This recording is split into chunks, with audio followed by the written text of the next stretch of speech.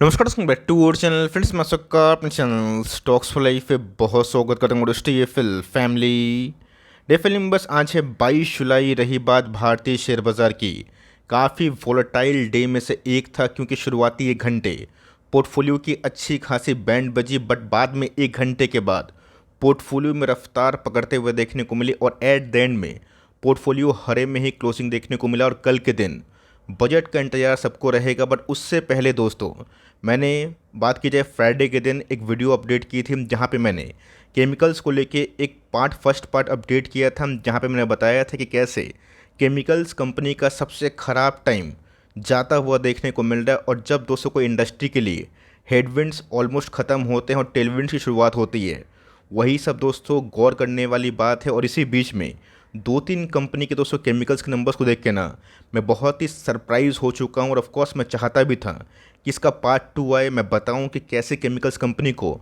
आपको डॉट वे से कनेक्ट करना और समझना है कि बाज़ार में रियलिटी क्या देखने को मिल रही है।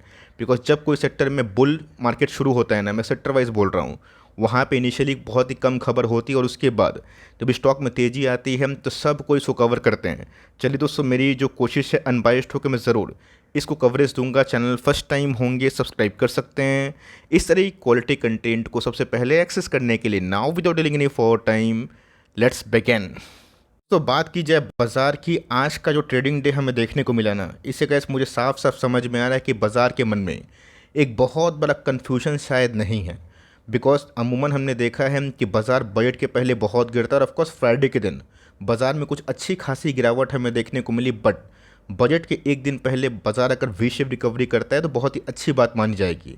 अब देखिए दोस्तों, बजट में निर्मला जी क्या लेके आएगी क्या लेके नहीं आएगी हमें पता नहीं, लेकिन यस इंडस्ट्री के की प्लेयर्स क्या डिमांड कर रहे हैं, क्या उम्मीद कर रहे हैं, इसको बताना मेरा फ़र्ज़ है। ऐसा नहीं है कि कल के दिन हम लोग यही सब न्यूज़ देखेंगे, लेकिन यस अगर इन सब न्यूज़ में कोई तगड़ी अपडेट आती है तो ऑफकोर्स उसको पूरा क्लाइमेक्स ना चेंज होता हुआ देखने को मिलेगा। तो केमिकल्स के सारे प्लेयर्स की बात की जाए ना, वो होप कर रहे हैं कि जिस हिसाब से पीएलआई डिफेंस को मिला, आत्मनिर्भर भारत को मिला, मेक इन इंडिया को मिला, आने वाले कल में टेक्सटाइल के संग ऑफकोर्स जो केमिकल इंडस्ट्री है ना उसको भी कुछ राहत मिले।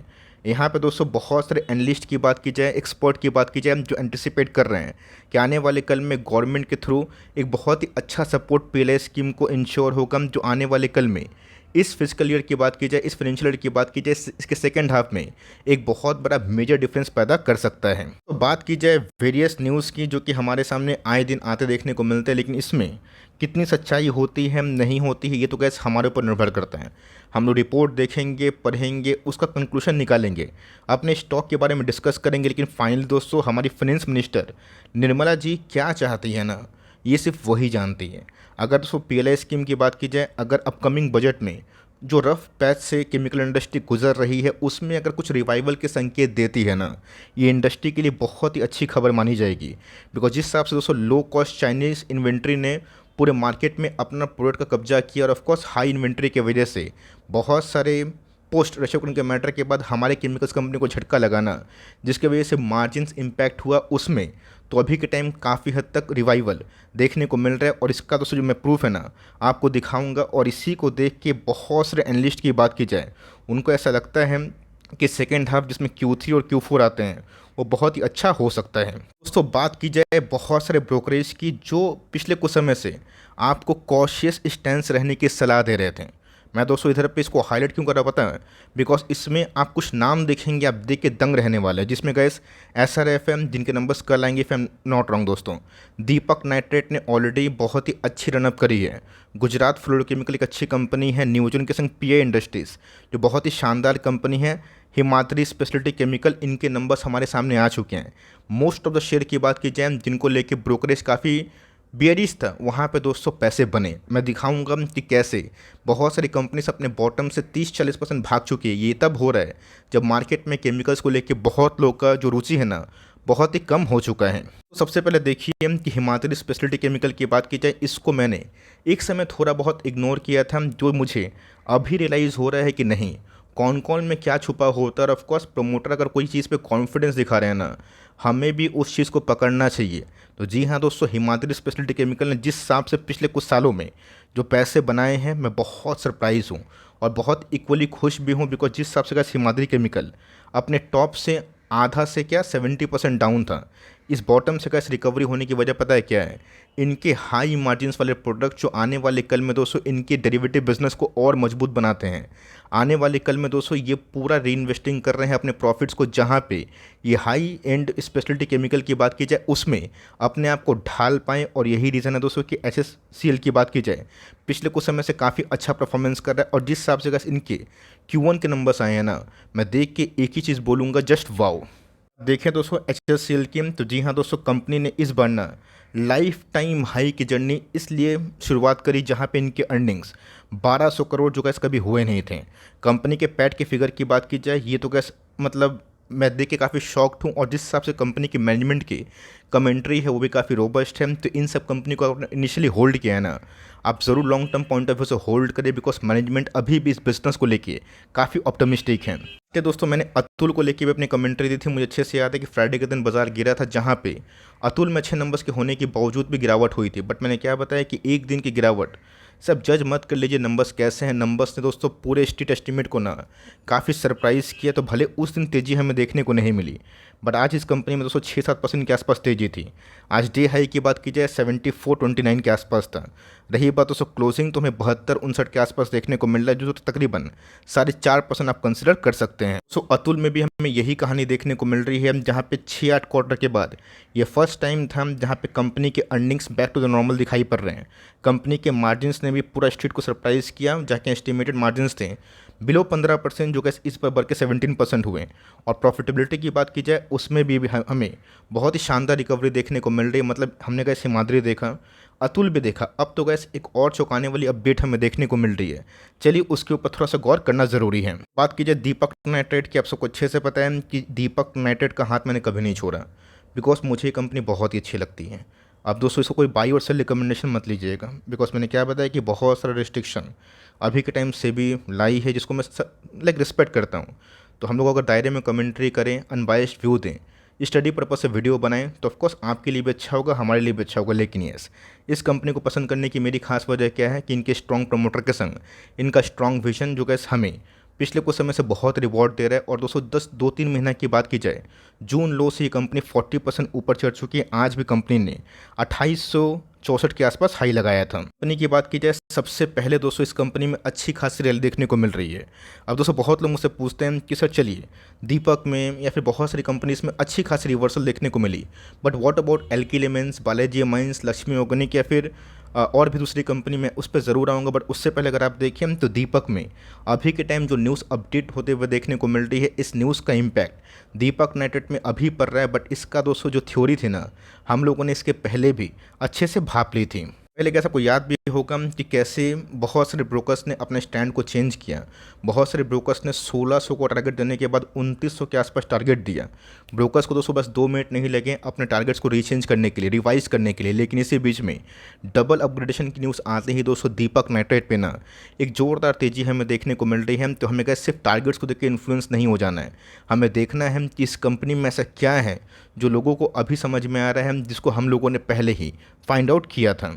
दोस्तों कि पिछले कुछ समय से दीपक नाइट्रेट में वही कहानी हमें देखने को मिल रही है, जहाँ पे अपने बॉटम से दीपक नाइट्रेट जैसे शेयर 42% के आसपास क्यों चल रहा है, तो इसके पीछे जो न्यूज़ रिपोर्ट है ना, उसकी क्या कवरेज चलिए उसको देखना ज़रूरी है। हाँ दोस्तों, हमारे लिए ये चीज़ तो न्यू नहीं है कि कैसे DCTL की बात की जाए, दीपक केमिकल टेक लिमिटेड, दीपक केम टेक लिमिटेड दोस्तों पिछले कुछ समय से 9000 करोड़ के आसपास MOU साइन किया था किसके संग, गुजरात गवर्नमेंट के संग, जो गैस 31 जनवरी 2024 की न्यूज़ है। लेकिन जैसे ही गैस स्टॉक में तेज़ी हमें देखने को मिलती है, तो वो सब जो न्यूज़ है ना, उसका कवरेज हमें पीछे से देखने को मिल रहा है। तो यहाँ अगर मैं बोलूँ कि कुछ नया अपडेट आया है, वो चीज़ सही नहीं होगा। पुराने अपडेट को ही दोस्तों बहुत सारे मैं ब्रोकरेज हाउस देख रहा हूँ कि उसको फिर से रिवाइज कर रहे हैं, ऑफकोर्स फिर से रिपब्लिश कर रहे हैं। और इसका फल ये हो रहा है कि जो पुराने एग्जीक्यूशन से ऑर्डर्स थे, उसको दोस्तों अभी के टाइम जो हाईलाइटनेस है ना, वो मिल रही है।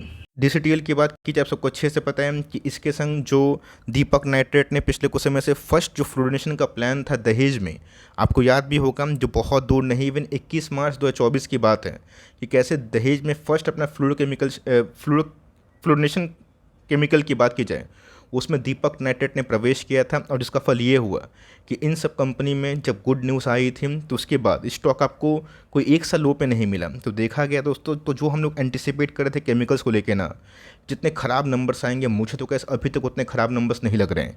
इवन एस्टिमेटेड नंबर से भी इस बार ना नंबर्स बहुत ही कंपनी के काफ़ी बढ़ चढ़ के हैं। तो सो बहुत लोग मुझसे बोलेंगे कि सर प्लीज़ इसको थोड़ा पॉज करके दिखाइएगा। मैं ज़रूर कोशिश करूँगा कि इसको पॉज करके दिखाया जाए। अब दोस्तों बहुत लोग के मन में ये होगा कि सर कौन कौन सी कंपनी इस केमिकल कंपनी में फ़ायदेमंद सौदा ले सकती है, उसके बारे में बताइए। ध्यान रखिएगा दोस्तों, जिस केमिकल कंपनी का डाइवर्सिफिकेशन फार्मा में ना ये परसेंटेज वाइज है, अगर इतना है ना, जितना ज़्यादा फार्मा में दोस्तों अगर उनका एक्सपोजर है उतना ही वो कम परफॉर्म कर रहे हैं। मैं उसके पीछे कारण बताऊंगा। लेकिन यस, जिनका दोस्तों एग्रोकेमिकल स्पेस में अच्छा खासा एक्सपोजर है, उसको फोकस करें कि गवर्नमेंट ऑफ इंडिया उस इंडस्ट्री के लिए क्या रिलीफ ला रही है। यहाँ पर अगर आप देखें तो पीआई इंडस्ट्रीज़ का दोस्तों डाइवर्सिफिकेशन 10% के आसपास हमें देखने को मिलता है, फार्मा में 15%, एग्रो में 75, इसीलिए इस कंपनी लाइफ टाइम हाई के जस्ट करीब है। अनुपम रसायन की बात की जाए, इसमें सब कुछ सही है, बट यस ये कब चलेगा ये समय की बात है। क्लीन साइंस की बात की जाए, इसमें भी अच्छा खासा डाइवर्सिफिकेशन है। जहाँ पे ओवर वैल्यूएशन है तो वहाँ पे थोड़ी बहुत मंदी हमने देखा है कि चलिए वैल्यूएशन वाइज थोड़ा सा बहुत करेक्शन हुआ है। लेकिन दोस्तों अगर आप देखें तो जिसके फार्मा लाइक प्रेजेंस काफ़ी हाई है, अगर आप देखें बालाजी एम से लेके एल्किलेमेंस, जुबलियंट इनग्रेविया, लक्ष्मी ऑर्गेनिक, जिनके दोस्तों फार्मा एक्सपोजर काफ़ी हाई है ना, वही सब कंपनी थोड़ा बहुत लेगार्ड कैटेगरी में चल रही है।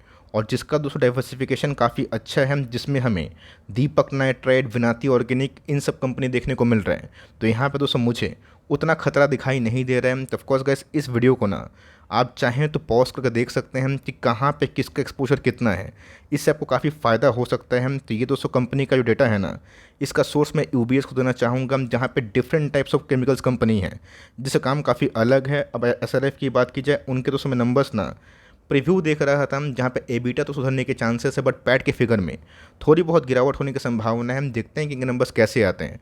बट देखा गया तो अभी के टाइम गैस बहुत सारी केमिकल्स कंपनी जिसको बहुत लोग पिछले कुछ समय से भाव नहीं दे रहे थे, उन सब में तेज़ी हमें देखने को शुरुआत मिल चुकी है। और यस, नंबर्स अगर सही रहेंगे तो ऑफकोर्स दोस्तों जो रैली है ना वो सस्टेनेबल होगी। तो मैं कोशिश करूंगा कि इसको लेके और एक फर्दर अपडेट अगर होगा तो मैं शेयर करूंगा। मैं फिर से डिस्क्लेमर देना चाहूँगा, कोई बाई से रिकमेंडेशन नहीं है।